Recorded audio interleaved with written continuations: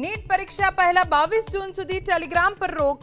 Paper લીકની ઘટના સામે સાવચેતીના ભાગરૂપે કેન્દ્ર સરકારનો નિર્ણય. 30 જૂન સુધી ટેલિગ્રામનું મેસેજ ફીચર્સ રહેશે બંધ. ભરૂચની વિલાયત જીઆઈડીસી ખાતે સીપીવીસી રિજિન પ્લાન્ટનું સીએમના હસ્તે લોકાર્પણ. એડવાન્સ્ડ કેમિકલના ઉત્પાદનમાં પ્લાન્ટનો રહેશે મોટો ફાળો. મેગા પ્લાન્ટ સ્થાનિક સપ્લાય ચેઇનને કરશે મજબૂત.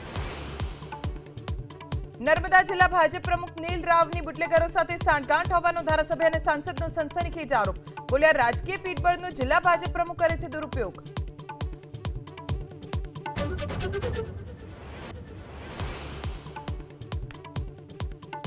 વડોદરામાં મૃતદેહની જાળવણીને લઈ એસએસજી હોસ્પિટલે હાથ કર્યા ધર. મશીનની ક્ષતિથી શબ સડી જશે તો જવાબદારી એસએસજીની નહીં રહે. અગાઉ એક પરિવારે કરેલી બબાલ બાદ વિવાદિત નિર્ણય.